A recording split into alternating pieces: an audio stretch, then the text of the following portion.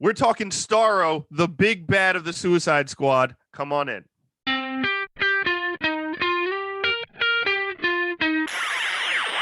What's up, everybody? Rob and Chris here from the Jersey Comic Crew, and we're talking Starro today. If you guys are aware of the new James Gunn Suicide Squad movie, you see in the trailers, you see the giant starfish, you must be asking yourself, who is this character? Well, don't worry, we're going to explain to you all about that character, so that way when you watch the movie, you're going to be fully prepared. Oh my god, we've got a freaking kaiju up in this shit!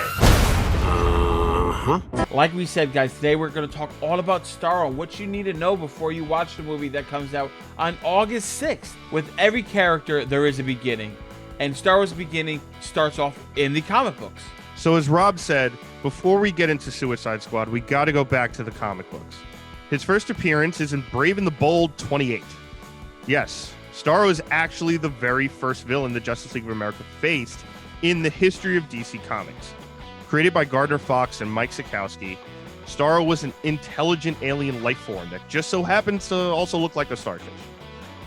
Its original plot was that it came to Earth, gave 3 starfish its alien intellect, and just had them wreak havoc upon the planet.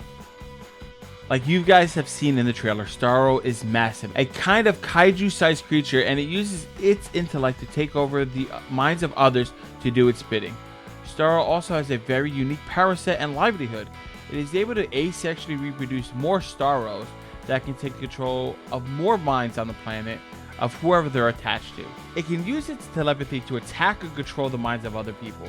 It can regenerate or change color when needed, and it can telepathically link to anyone on the planet that it's on. With a hive mind built in, Starro can connect with any one of its offspring and control them to do his bidding. Starro can even use its powers to absorb all kinds of energy, from energy attacks to force fields. So Starro has also been in many familiar DC media properties as well. From a 2-part episode in Superman the Animated Series, to Batman Beyond, where he takes over the Justice League. But oddly enough, Starro only shows up sporadically in the main comics. He once appeared as a member of the Sinestro Corps, while wielding 5 yellow rings, and one of his largest roles was in the Infinite Crisis storyline. Starro was part of the secret society of supervillains with Alexander Luthor Jr., who took down an aquatic world for the secret society. More recently, Starro was a staple of the Justice League. Well, Jarro was. Jarro is a genetic clone of Starro that was created by Batman. After Starro the Conqueror died during Scott Snyder's Justice League run and Dark Knight's Metal events, Batman took a tissue sample from Starro's corpse and was able to save his species by creating a genetic clone of the beast. Jarro is a funded comic relief character with all the power sets of Starro in a little tiny package. He likes to call Batman his father and dresses up like Robin, to Batman's obvious disdain. Now we move into the Suicide Squad film. The Suicide Squad will be sent to DC fictional region of Corto Maltese to investigate the bad guys, an extremist government group. It seems that Starro is either controlling the government of Corto Maltese or is there in secret. The Suicide Squad will obviously have to deal with Starro throughout the film, likely throughout the second and third act. So, of course, we wouldn't let you go without some theorizing on what might be the reason Starro is the big bad of Suicide Squad. The first theory is that Starro landed on Corto Maltese and is controlling the government and military there.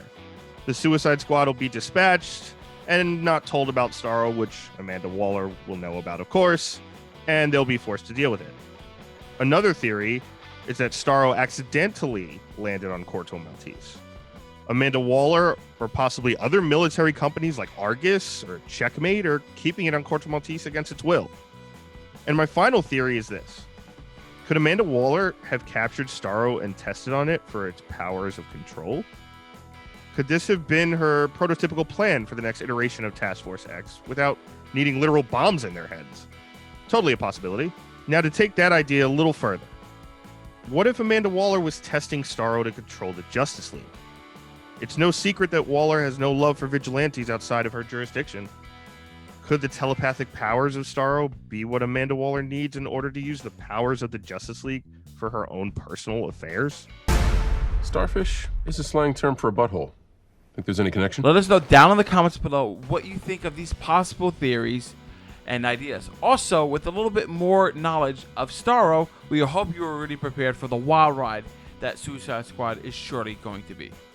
And guys, thanks so much for watching. Give us a thumbs up, like. It really helps the channel out a lot.